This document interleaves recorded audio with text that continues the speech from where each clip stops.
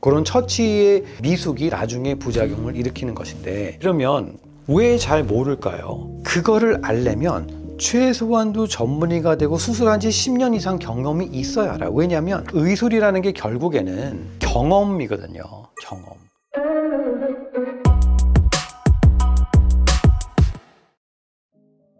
안녕하세요. 환자를 최우선적으로 생각하는 성형외과 전문의 김한조라고 합니다. 오늘은 코 수술 후에 증상들, 수술하고 나서 제일 많이 걱정하는 것들이 뭐냐면 비대칭. 뭐가 좀 휘었어요? 콧대가 좀 휘었어요? 비주가 좀 휘었어요? 여러분들께서 수술하기 전에 거울 유심히 보고 있지 않잖아요.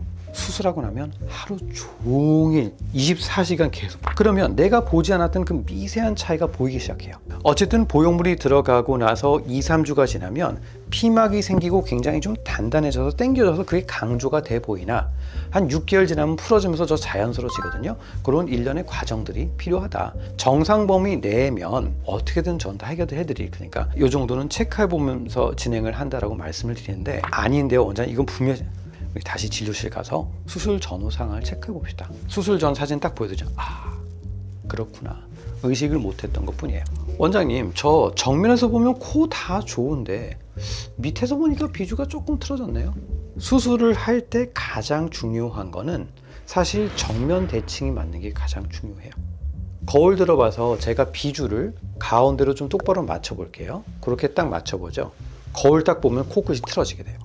정면이 휘어 보이네요. 수술 전에도 원래 누구나 다 콧대와 비주의 비대칭은 있으나 누가 콧구멍 보는 거 아니죠. 누구누구씨 안녕 이러고 보는 사람은 없죠. 근데 나는 보니까 보일 수는 있어요. 하지만 원래 우리 몸은, 얼굴도 다 안면 비대칭이 있어요. 눈 위치도 다르고 입술 위치도 다르고 그에 따른 근육 위치가 좀 다른데, 내 근육의 위치가 좀 다르기 때문에 그게 땡기는 증상 때문에 원래 조금 돌아가려는 힘들이 있거든요. 그게 이제 한 6개월 지나가지만 어느 정도 좀 자연스러워지더라. 그래서 그런 부분들은 지켜보면 될 것 같습니다. 붓기라는 게 어디에 생기는 거냐? 피부가 붓지는 않아요. 피부 밑에 있는 진피도 굉장히 단단한 조직이기 때문에 붓지 않아요. 제일 많이 붓는 거는 지방이에요. 지방에 물이 많이 차면 많이 붓고 덜 차면 덜 붓는 건데, 코가 얄쌍한 사람들은 코에는 별로 지방이 없어요. 근데 눈두덩이 많이 붓잖아요. 여긴 지방이 많기 때문에 그래요. 눈 수술을 하면 눈이 굉장히 탱탱 많이 붓고 자연스러워지는데 시간이 좀 많이 걸리잖아요. 근데 코는 사실 지방 조직이 그렇게 많은 부위는 아니에요. 그래서 한 일주일에서 열흘 정도만 지나도 일반적인 웬만한 붓기는 많이 빠집니다. 계속 붓기가 있으면 안 됩니다. 그게 붓기일 수도 있지만 피가 좀 차이는 게 있을 수 있는데, 그 혈종이 계속 지속이 되다 보면, 제 가슴 영상에서도 있지만 결국 보형물과 관련된 혈장이 구형구축을 유발하거든요. 그게 굉장히 딱딱해지는 경우가 있어요. 그런 처치의 미숙이 나중에 부작용을 일으키는 것인데, 재수술을 여러 번 하고 딱딱해지셨던 분들이 상담을 하러 오시면, 원장님 저 초반에는 괜찮았는데 점점 시간이 지나서 굉장히 딱딱하고 구축이 되는, 혹시 수술하고 일주일 때 많이 부었나요? 저 굉장히 많이 부었어요. 붓기가 굉장히 오래 갔어요. 그러면 왜 잘 모를까요? 그거를 알려면 최소한도 전문의가 되고 수술한 지 10년 이상 경험이 있어야 알아요. 왜냐하면 의술이라는 게 결국에는 경험이거든요. 경험. 건물에서 떨어졌어요. 척추뼈가 어긋나잖아요. 그러면 사지가 마비가 되죠. 중추신경에 있는 신경들이 절단이 되면 사실 회복이 되게 어려워요. 그런데 코끝에 있는 피부는 목 뒤에 있는 이 경추에서 신경이 완전 끄트머리 가장 부위에 있는 신경이거든요. 사실 당연히 열고 보형물 넣고 이제 잘리다 보면 신경들이 좀 잘리긴 하지만, 말초에 있는 신경들은 뿌리가 있으면 다 상당 부분 자라 들어갑니다. 그래서 뭐 괴사가 일어나거나 뭐 피부가 썩거나 하지 않는 이상은 그런 일시적인 감각은 분명히 떨어질 수 있지만 평생 없어지는 건 아니다. 그건 아예 걱정 안 하셔도 됩니다.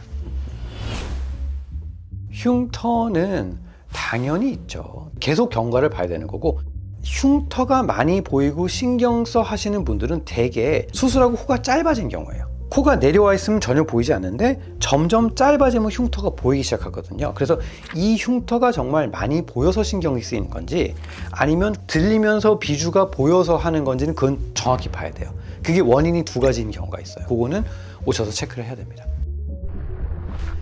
붓기가 있으면 땡기잖아요. 붓기가 빠지면서 들리는 느낌은 좋아져야 돼요. 코 수술을 하고 약간 들리는 느낌이 빠지는 건 한 2주, 3주. 근데 2주, 3주가 지났음에도 불구하고 처음보다 더 들려있다? 그건 조금 문제가 있어요. 그건 바로 조치를 해야 됩니다. 한 달, 두 달은 그럴 수 있어요.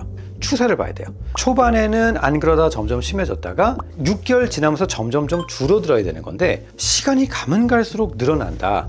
그럼 뭔가 문제가 있는 거죠. 우리가 이제 수술하고 이제 반창고를 좀 붙여놓으니까 피지선을 막아놓잖아요. 근데 막아놨던 거를 반창고 떼고 나면 그게 이제 피지가 많이 생기고 좀 곪는 경우가 있으나 잘 유지하면 되는데 간혹가다 이제 뾰루지가 좀 나는 경우들이 있어요. 일반적으로는 괜찮긴 하나 한 가지 생각을 해야 될 거는 보통 우리가 코가 자극이 되고 뾰루지가 나는 게 코끝이지 보형물은 여기서 거의 끝나요. 이게 굉장히 이 부을만큼 이렇게 커지지 않는 이상은 그 코끝에 있는 조금의 뾰루지는 크게 문제가 되진 않는다. 근데 만약에 여기 뾰루지가 나는데 이렇게 진행이 될 것 같으면 코끝에 있는 뾰루지가 나서 이렇게 콧대까지 다 타고 가는 경우는 없잖아요. 그러니까 그거는 애당초 처음에 안에서 뭐가 이상이 있을 가능성이 높다. 그런 경우는 바로 확인을 해봐야겠죠. 제가 항상 말씀드리지만 그 신경 쓰지 마세요. 그냥 병원에 오랄 때 오시면 돼요. 그럼 알아서 봐드립니다. 근데 안 오면 해결할 수가 없어요. 다시 말씀드리지만 이날에 오시라고 하는 얘기는 다 이유가 있기 때문에 그런 거예요. 그래서 오시라는 날짜만 잘 지켜서 오시면 알아서 해결되실 겁니다.